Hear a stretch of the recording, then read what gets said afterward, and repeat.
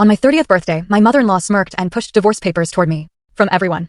Can you believe your own birthday dinner could become the stage for the most brutal humiliation of your life? They thought they had me cornered, ready to watch me unravel, but what they didn't know was I was already 10 steps ahead, ready to watch them fall. I'm Jacob, I just turned 30, and yeah, that night still plays in my head. If you've ever felt like an outsider in your own marriage, like an inconvenient piece of luggage your in-laws couldn't wait to ditch, then you'll understand the deep pit that was already forming in my stomach. The second I walked into that restaurant, I just knew something was off. The table was packed, my wife, her parents, both her brothers, even her aunt and uncle. They all looked too perfect, too polished, like they were waiting for a show to begin. And my wife? Her phone was sitting face up on the table, practically begging to capture some grand moment. For a split second, I actually thought, asterisk maybe a surprise? Something sweet, asterisk then my mother-in-law's smirk hit me, and I knew. This wasn't sweet. I've never, ever gotten along with her. From the moment we met, she acted like I was auditioning for a role I was fundamentally unqualified for. Not tall enough, not successful enough, certainly not polished enough for her precious daughter. She'd always manage these little, venomous comments at every family gathering. Still at that job, Jacob? Or, oh, don't worry, dear, not everyone can be ambitious. She'd slice those words in, smiling sweetly at everyone else, but her eyes, they dared me to respond.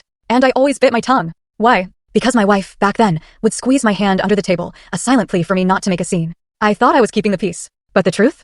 I was just letting them get comfortable with disrespecting me. The first punch to the gut that night came with drinks. My father-in-law, without even glancing my way, ordered some ridiculously expensive wine. When the glasses were poured, he raised his, to my wife. To our daughter, he boomed, beaming for always knowing what's best for herself. Everyone clinked, everyone smiled. My glass sat untouched. Nobody had even said, happy birthday. My wife gave me a quick, weak smile, but she didn't correct him. That was the chilling moment of realization. I wasn't the guest of honor. I was the entertainment. Dinner continued, a slow, agonizing drip of cruelty. My brother-in-law, Ryan, would ask loudly if I was still driving that old car, like the whole table hadn't heard him say it a dozen times. His wife would giggle, covering her mouth like it was some scandalous secret. My mother-in-law would lean in, whispering to my wife, and I'd catch fragments, settling down eventually, real provider. Every single comment was wrapped in the same mocking laughter, almost like they'd rehearsed their lines. My chest burned. I ate quietly, trying to keep my composure, but inside, I was absolutely screaming. Asterisk why? Why was my wife letting this happen? Why was she just sitting there, phone propped up, capturing pieces of me unraveling for her family's sick amusement? Asterisk, and then it happened. The moment that ripped away any pretense of celebration and cemented itself as a scene I will never forget.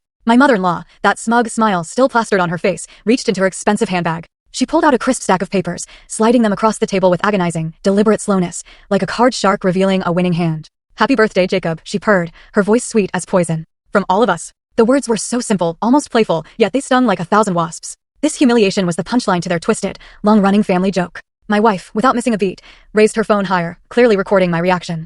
Her face was a blank mask. The papers were divorce papers. My name, right there, typed neatly next to hers. Every single eye at that table was on me, waiting for me to crack, to stutter, to fight back, and then, the part that shocked everyone, watch full story.